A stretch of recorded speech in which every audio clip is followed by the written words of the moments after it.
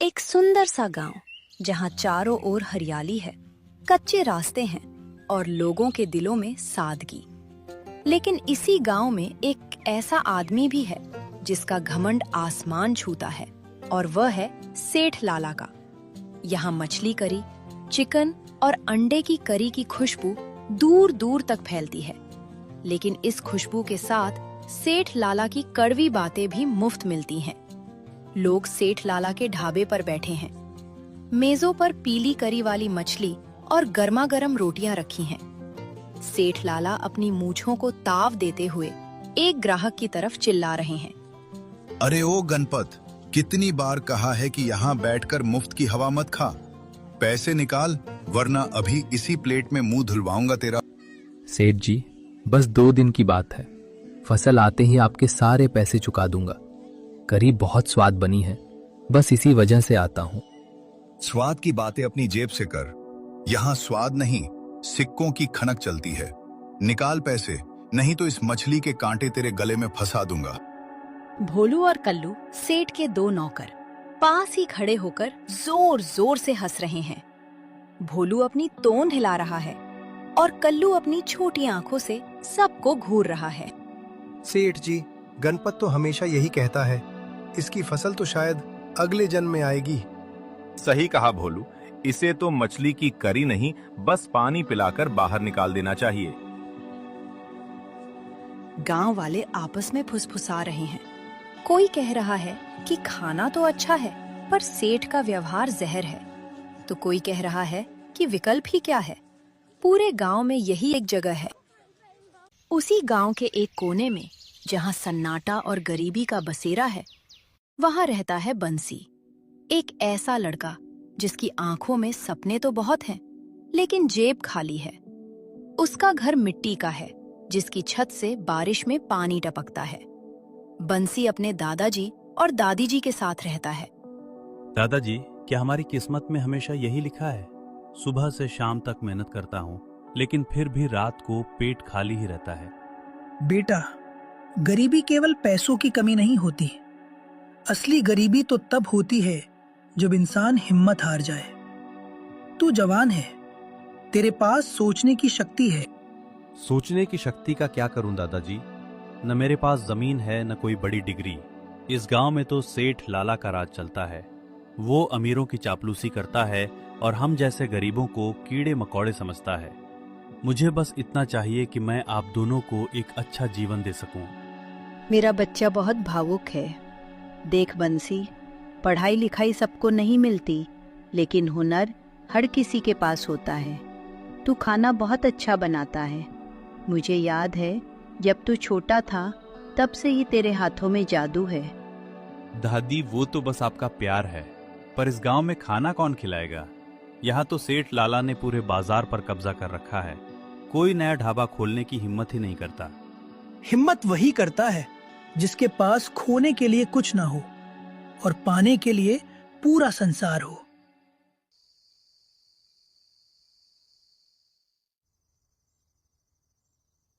अगली सुबह सूरज की पहली किरण के साथ दादी जी सुबह से ही कुछ सोच रही थी।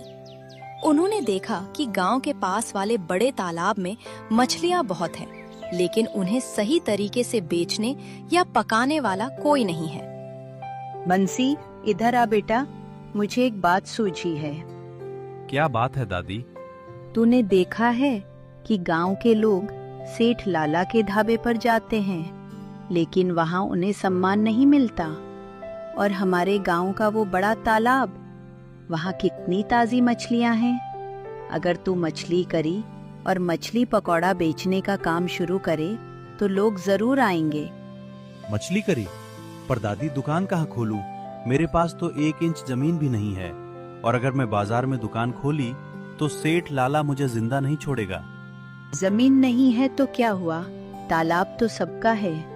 तू तालाब के किनारे या किसी ऐसी जगह सोच जहाँ सेठ लाला की पहुँच न हो। तालाब के किनारे? पर वहाँ तो कीचड़ है और बहुत भीड़ रहती है। लोग आराम से बैठकर खाना कैसे खाएंगे? विचार बुरा नहीं है। मछली ताजी होगी, स्वाद तेरा होगा और जगह अनोखी। बस तुझे कुछ अलग करना होगा। बंसी ने सोचा कि शायद सेठ लाला के ढाबे के पास एक छोटा सा कोना मिल जाए जहां वह अपनी छोटी सी दुकान लगा सके। वह अपनी उम्मीदें लेकर सेठ लाला के पास गया। उसे लगा कि शायद इंसानियत अभी जिंदा होगी। सेठ जी प्रणाम, मैं बंसी हूँ, इसी गांव का लड़का। मुझे आपसे एक छोटी सी विनती करनी थी। कौन है तू और मेरी दुकान के सामने खड़ा होकर मेरा समय क्यों बर्बाद कर रहा है? देख नहीं रहा कि ग्राहक आ रहे हैं? सेठ जी, मैं मछली पकौड़ा और करी बेचना चाहता हूँ। आपके ढाबे के बगल में थोड़ी खाली जगह है। अगर आप मुझे वहाँ एक छोटी सी जगह दे दें तो मैं आपको उसका किराया दे दूंगा। क्या तू, एक फटे हाल लड़का, मेरे आलीशान ढाबे के बगल में दुकान खोलेगा? अरे ओ भोलू, कल्लू, सुना तुमने? इस भिखारी को देखो, इसे लगता है कि ये मेरे बराबर खड़ा हो सकता है। सेठ जी, लगता है इसे मछली करी नहीं, दिमाग की करी खानी चाहिए। हाँ सेठ जी, इसकी औकात तो बस नाली साफ करने की है और ये यहाँ दुकान मांग रहा है। सेठ जी, मैं बस मेहनत करना चाहता हूँ। मैं आपके काम में बाधा नहीं डालूंगा। निकल यहाँ से, अपनी औकात मत भूल। अगर दोबारा मेरी नजरों के सामने आया तो तुझे इस तालाब में डुबो दूंगा। चल भाग यहाँ से, गंदा मत कर मेरा रास्ता। बंसी पूरी तरह से शर्मिंदा हो जाता है। उसकी आंखों में आंसू हैं, लेकिन उन आंसुओं में अब दुख नहीं बल्कि एक जिद है। वह बिना पीछे मुड़े वहां से चला जाता है। शाम का समय था और हल्की हल्की बारिश हो रही थी। बंसी तालाब के किनारे एक पत्थर पर बैठा था। वह सेठ लाला के शब्दों को याद कर रहा था। अपमान की आग उसके अंदर जल रही थी। तभी उसकी नजर तालाब के बीचों बीच एक छोटे से टापू जैसी जगह पर पड़ी, जहां कुछ पुराने पेड़ थे। सेठ लाला ने कहा कि मैं उसकी बराबरी नहीं कर सकता। ठीक है, मैं उसकी बराबरी क्यों करूं? मैं तो कुछ ऐसा करूंगा जो उसने कभी सोचा भी नहीं होगा। तभी दादाजी वहां आते हैं। क्या सोच रहा है बंसी? चेहरा इतना गंभीर क्यों है? दादाजी, मुझे मिल गया।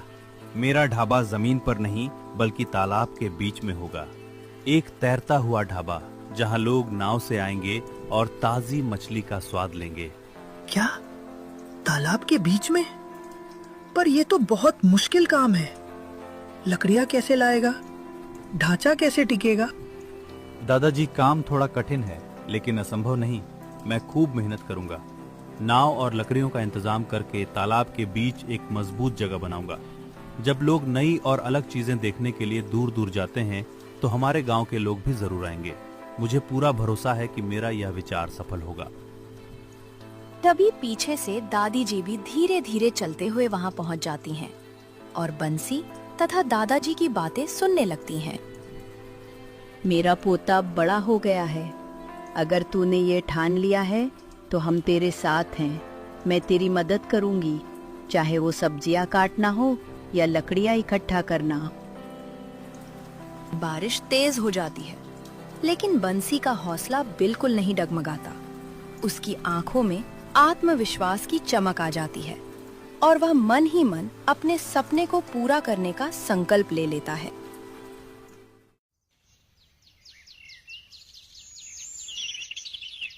अगले कुछ हफ्तों तक बंसी ने दुनिया भुला दी। वह सुबह 4 बजे उठता और जंगल से मजबूत लकड़ियां इकट्ठा करता।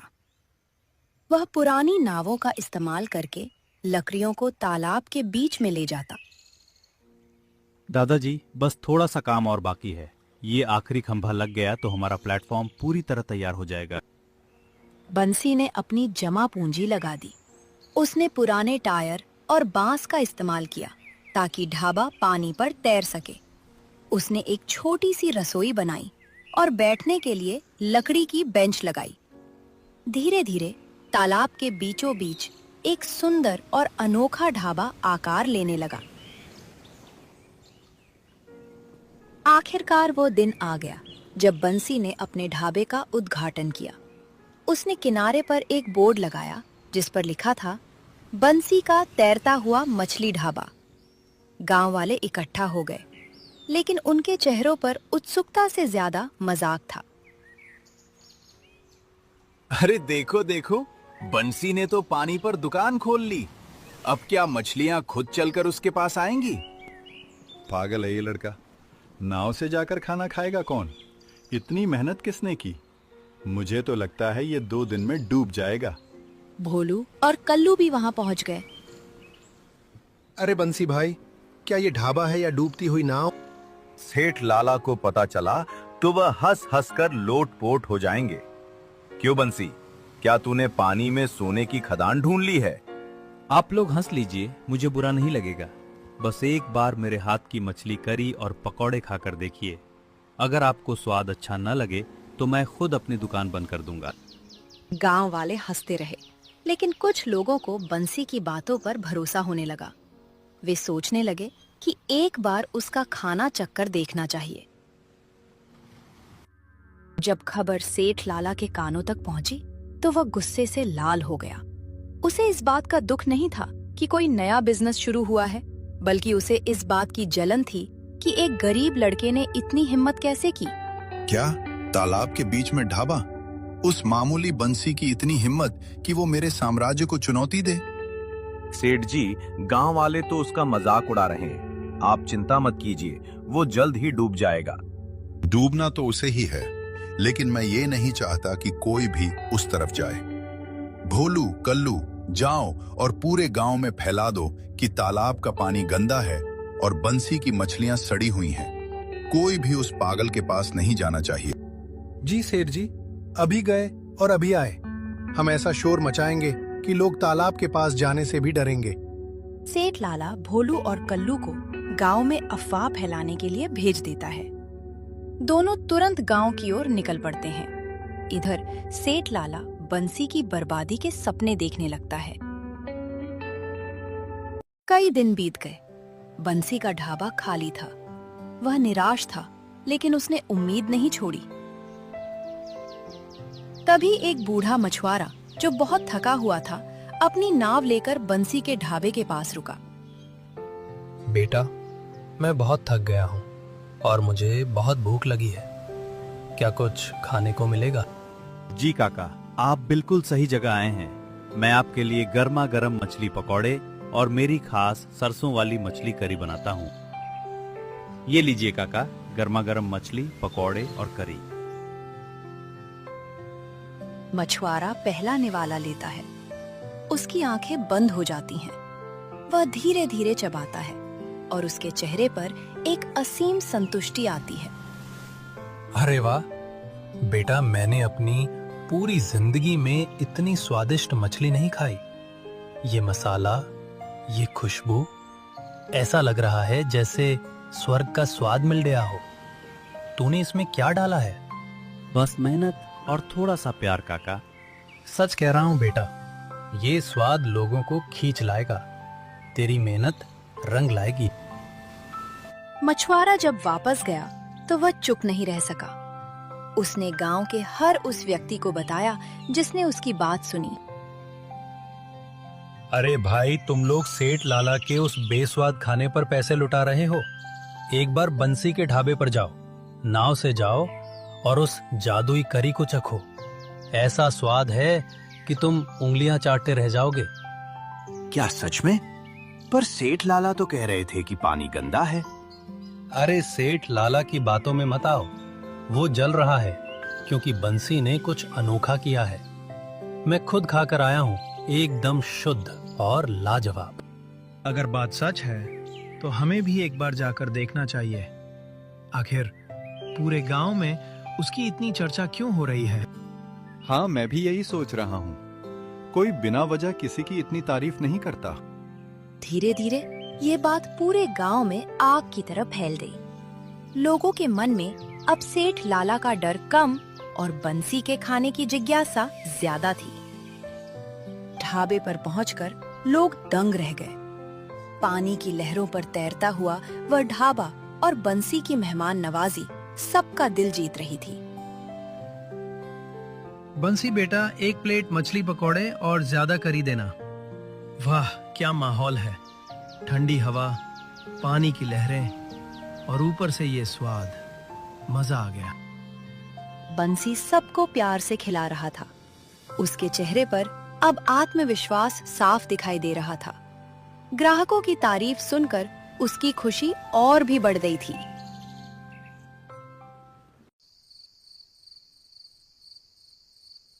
बंसी के पास अब पैसे आने लगे थे।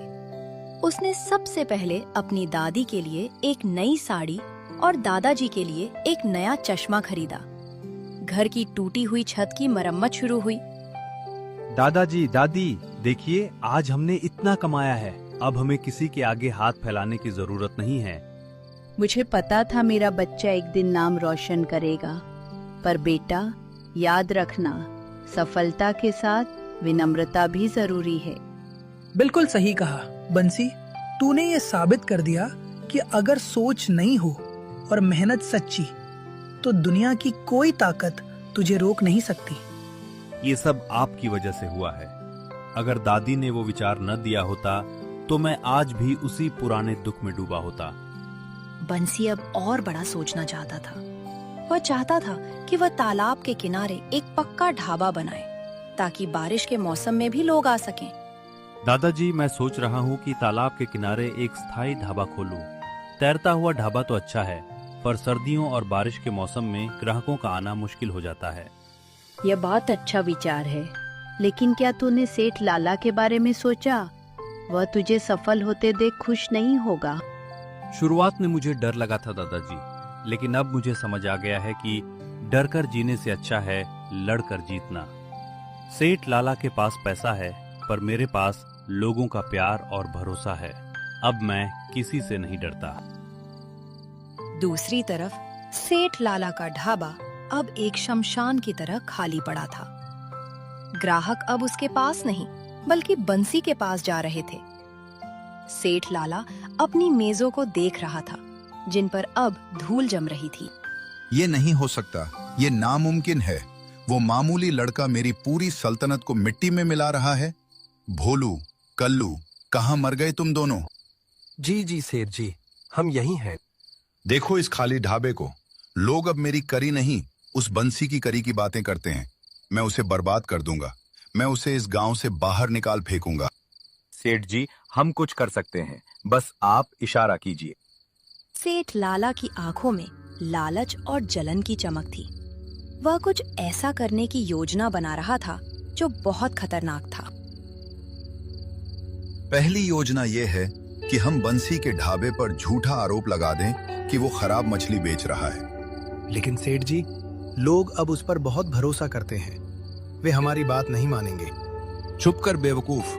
दूसरी योजना यह है कि हम उसे डरा धमकाकर गांव छोड़ने पर मजबूर कर दें। सेठ जी, बंसी अब डरता नहीं है। उसने साफ कह दिया है कि वो अब किसी से नहीं डरेगा। तो फिर तीसरी और आखिरी योजना, हम उसके ढाबे को ही खत्म कर देंगे। हम रात के अंधेरे में जाएंगे और उसके ढाबे के खंभों और रस्सियों को काट देंगे। जब वो ढाबा पानी में डूबेगा तो बंसी का आत्मविश्वास भी डूब जाएगा। भोलू और कल्लू एक दूसरे को देखते हैं। यह योजना खतरनाक थी, लेकिन सेठ लाला का आदेश पत्थर की लकीर था। रात का समय था। आसमान में बिजली कड़क रही थी और मूसलाधार बारिश हो रही थी। चारों ओर घना अंधेरा था। सेठ लाला, भोलू और कल्लू एक छोटी नाव में चुपचाप बंसी के ढाबे की ओर बढ़ रहे थे। जल्दी करो, कोई जाग न जाए। उन मुख्य रस्सियों को काटो जो इस प्लेटफॉर्म को खंभों से बांधे हुए हैं। भोलू और कल्लू डर रहे थे, लेकिन उन्होंने कुल्हाड़ी और आरी से रस्सियों को काटना शुरू किया। चर चर की आवाज बारिश के शोर में दब गई। तभी झाड़ियों के पीछे छिपा हुआ वही बूढ़ा मछुआरा यह सब देख रहा था। वह वहां अपनी नाव बांधकर सोया था। हे भगवान, ये सेठ लाला क्या कर रहा है? ये तो बहुत बड़ा पाप है। मुझे कुछ करना चाहिए, पर मैं अकेला क्या कर सकता हूँ? बस एक और रस्सी और ये बंसी का सपना पानी में मिल जाएगा। अचानक एक तेज बिजली कड़कती है। और पूरा इलाका रोशनी से भर जाता है। मछुआरे की नजर सेठ लाला पर पड़ती है। सेठ लाला ने देखा कि मछुआरा उसे घूर रहा है। उसका चेहरा डर से सफेद पड़ गया, लेकिन फिर उसने अपनी क्रूरता दिखाई। ओ बूढ़े, तूने ये सब देख लिया? याद रख, अगर तूने एक शब्द भी किसी को बताया तो मैं तेरी नाव और तेरी जिंदगी दोनों को पानी में डुबो दूंगा। सेठ जी, ये गलत है। बंसी एक मासूम लड़का है। उसने सिर्फ मेहनत की है। यहाँ नैतिकता नहीं, ताकत चलती है। चुपचाप अपनी नाव लेकर यहाँ से निकल जा, वरना तेरा अंजाम बहुत बुरा होगा। मछुआरा डर के मारे चुप हो जाता है। सेठ लाला और उसके नौकर नाव लेकर तेजी से वहां से निकल जाते हैं। जैसे ही सेठ लाला गया, बारिश और तेज हो गई। हवाएं चलने लगीं। एक के बाद एक सारी लकड़ियां टूटने लगीं। वह सुंदर तैरता हुआ ढाबा, जिसे बंसी ने अपने खून पसीने से बनाया था, धीरे धीरे पानी में समाने लगा। बर्तन, मेज, कुर्सियां और बंसी के सारे सपने लहरों में बिखर गए।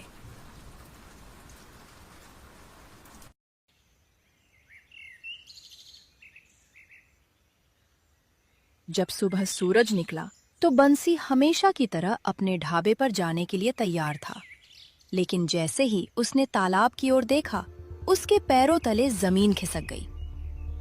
वहां ढाबा नहीं था, बस कुछ लकड़ियां तैर रही थीं। नहीं, ये नहीं हो सकता। मेरा ढाबा, मेरा सब कुछ चला गया। वह फूट फूट कर रोने लगा। दादाजी और दादी जी भी वहां पहुंच गए। मेरा बच्चा, ये क्या हो गया?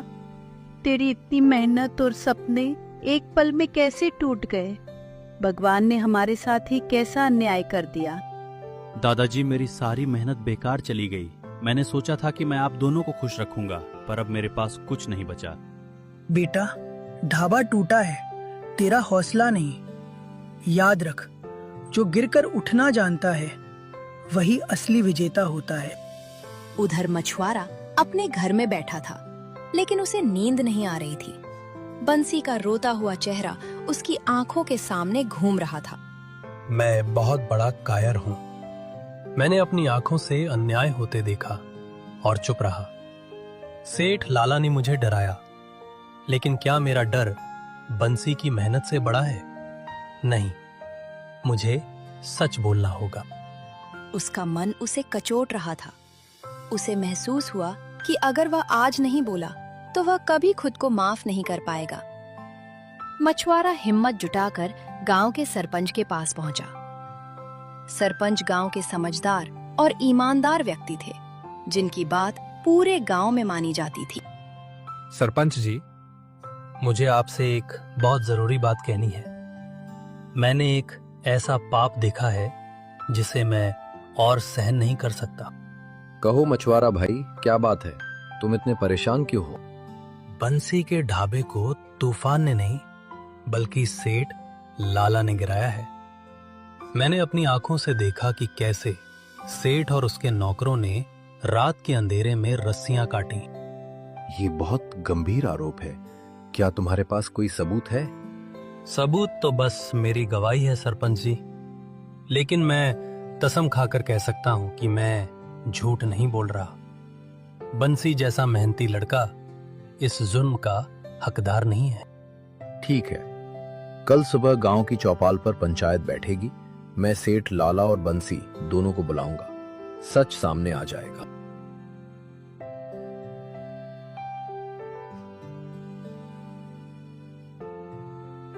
पूरे गांव में खबर फैल गई कि पंचायत बैठने वाली है। बंसी, दादाजी, दादी जी, सेठ लाला, उसके नौकर और पूरा गांव वहां मौजूद था। माहौल में बहुत तनाव था। आज हम यहाँ एक बहुत ही दुखद घटना पर चर्चा करने के लिए इकट्ठा हुए हैं। बंसी का ढाबा गिर गया, जिसे हम सब ने एक दुर्घटना माना था, लेकिन मछुआरा भाई का दावा है कि ये साजिश सेठ की थी।